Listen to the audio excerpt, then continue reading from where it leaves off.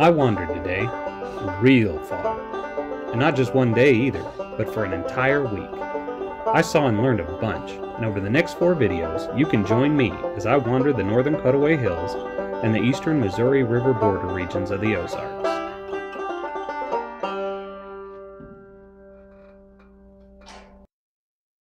The first thing in wandering off to yonder Ozark wilderness is to set up camp. As usual, when setting up your home away from home, you really need to be near water. This is as easy as can be in the Ozarks because every hill, valley, and holler has a river or a creek running through it. For our trip, we chose the famous Merrimack River, specifically the portion that flows majestically through the Huzzah Conservation Area, just north of the Mark Twain National Forest. Huzzah gets its name from one of the Merrimack's tributaries, Huzzah Creek, which is the second of 3 streams in the area. The third is Cutaway Creek, which empties into Huzzah Creek before finally reaching the Merrimack.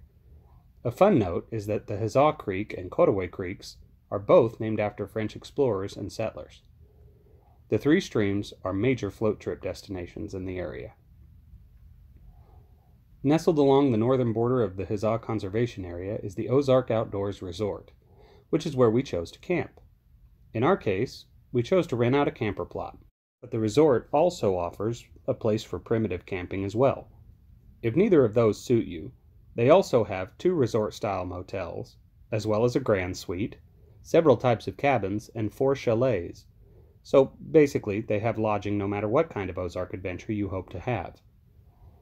As for the 3 streams I mentioned earlier, the resort offers float trips in all 3.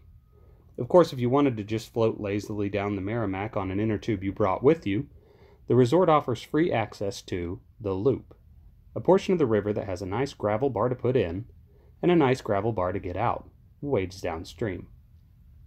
They will also rent you a canoe if you're feeling a bit old-timey. While my family found an excuse to enjoy the Merrimack every day we were there, we did not go on a float trip, although I'm sure they are spectacular. Float trips down the Ozark waterways are just better. I don't care what those guys out west say. Of course, if water's just not your fancy, Ozark Outdoors has kindly accommodated other tastes as well with this. Now this beauty is the Floating Treetops Aerial Park. This multi-level, acrophobia-inducing, adrenaline junkie playground for the beast in all of us is an exciting way to spend any day. Be sure to call and let them know 7 days ahead of time so you can get a little discount off the price of your journey into the annals of manliness history.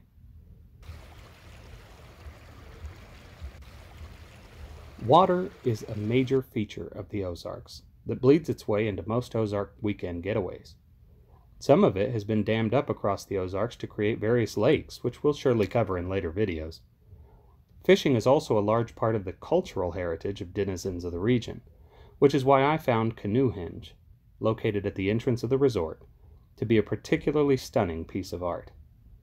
The mysterious arrangement of gray canoes interspersed throughout the dense trees of the conservation area really called to my mind the importance of canoeing, fishing, and river travel across the expanse of time. From the Osage and Quapaw nations, to the French explorers, to the Ozarkers who came later. It drew me to remember all those who traveled these Ozark waterways like the Merrimack before me. It inspired me to stop for a moment and play here.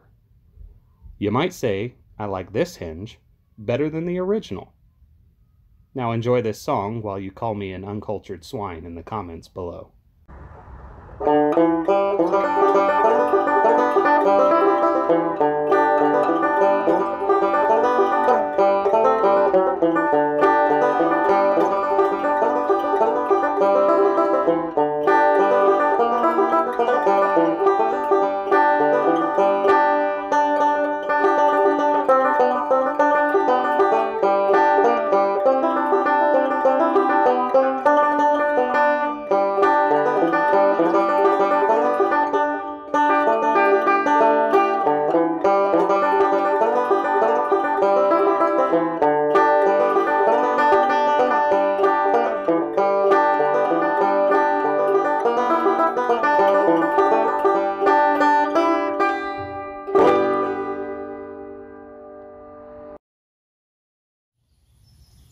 Hey guys, I like camping and making videos with my dad.